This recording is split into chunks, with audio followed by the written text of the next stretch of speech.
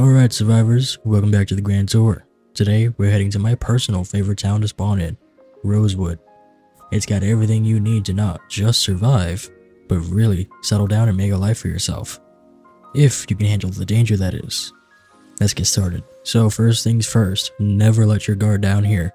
You might be lured in by the good loot and comfortable spots, but these streets aren't safe. I've had a few close calls myself. But let's take a walk around and I'll show you why Rosewood's worth the risk.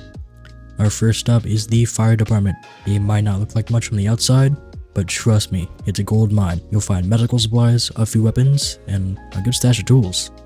Plus, it's got solid defenses. It's tall, with multiple floors that can be barricaded. And if you're lucky, you find a few fire axes, maybe some gear left over from the firefighters who didn't make it. Now, let's head over to the police station. This place is a fortress. Guns, ammo, police equipment, you've got it all here. This is the place you come to when you need to arm yourself up for something bigger. With the Build 42 update, this place has gotten a makeover. It is quite the spot to look at now, and could make an interesting base. Next, we've got the Kentucky Court of Justice. Not exactly the first place you'd think of for survival, and it's got a bit of a unique layout to it.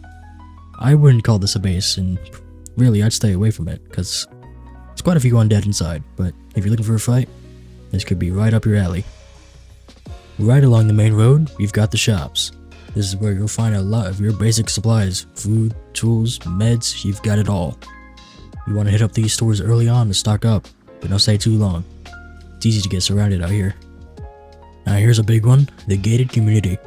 If you've got the resources to set up a base, this is hands down one of the best places in Rosewood. High fences, multiple houses, it's got everything you need to keep you safe. But make no mistake, it's not zombie proof. Let's take a quick detour to the Bail Bonds Inn Bar. It's not exactly the most practical spot, but it's a good place to find drinks, maybe a little bit of cash if you're desperate. Plus, it's a bit of a break from the survival grind. Maybe grab a cold one. Chill out for a bit. Next up, we've got the Motel. This is a good place for a pit stop if you're passing through or need a temporary home. Nothing fancy, but you find some decent supplies. It's a good spot to rest without worrying about zombies for a while. Now these two places, the food market and the laundromat, are essential for survival. The food market will stock up your fridge and the laundromat can keep your clothes clean while you're stuck out here for weeks. Every little bit helps. Over here, we've got the elementary school. Not exactly base material, but there's plenty of loot inside if you're willing to dig around. And it's got a pretty strong fence around the property, so it makes for a decent fallback if you're under pressure. Alright, next up we've got Spiffos and Pizza World. These places are great for a quick meal, and they've got tons of food if you're lucky. Maybe you'll find some vans in the parking lot too. The auto repair shop is next on the list. If you got a car, you'll want to stop by here. Tools, car parts, maybe even a few vehicles in the back to fix up. It's an essential spot for anyone trying to stay mobile.